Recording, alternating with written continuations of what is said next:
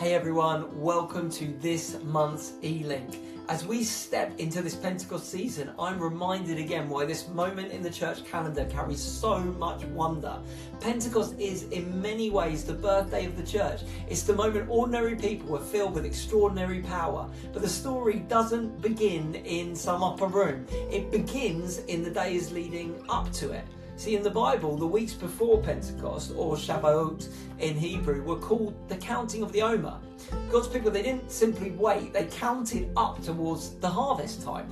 Each day carried expectancy, a sense that God was leading them towards something promised, something fresh, something worth anticipating. So Jesus rises on Yom HaBikurim, the Feast of First Fruits, and then he spends 40 days with his disciples. It's like a womb of time, forming expectation, shaping their imagination for the kingdom, preparing them for the power that they would need to see it come to pass. Then come these 10 more days of waiting, like the 10 phases of labor, as they wait, as they pray, as they lean in. And then, when the day had fully come, it says in the book of Acts, the Spirit moves. Heaven breaks in, flames rest on their heads, languages burst out, fear turns to courage. This scattered group becomes a sent people.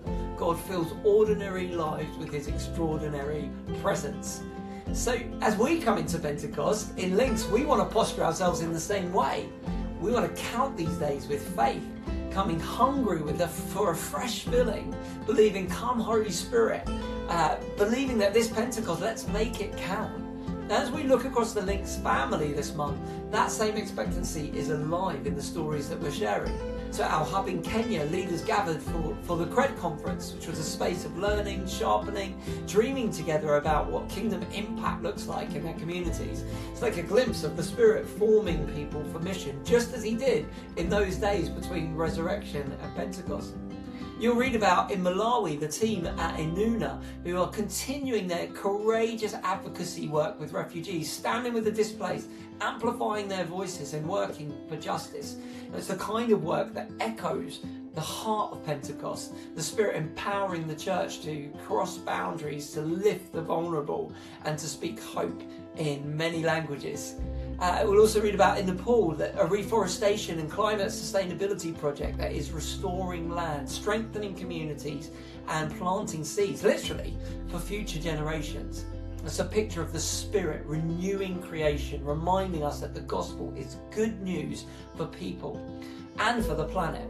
So as you read this month's stories, I want to leave you with 3 simple Pentecost questions, invitations really, for your own journey. What are you counting right now?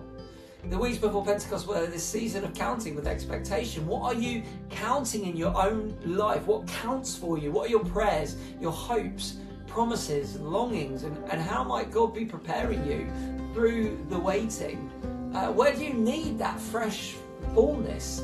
When the day had fully come, the Spirit filled ordinary people with extraordinary power.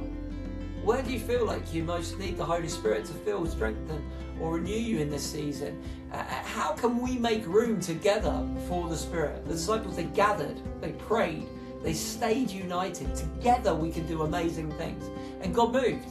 What practical steps can we take together in our rhythms to create space for the Spirit of God to move in our lives through Links and in the world that we are reaching out to? This season reminds us that waiting in faith is never wasted. God fills what we prepare, and expectancy always makes room for God's suddenly.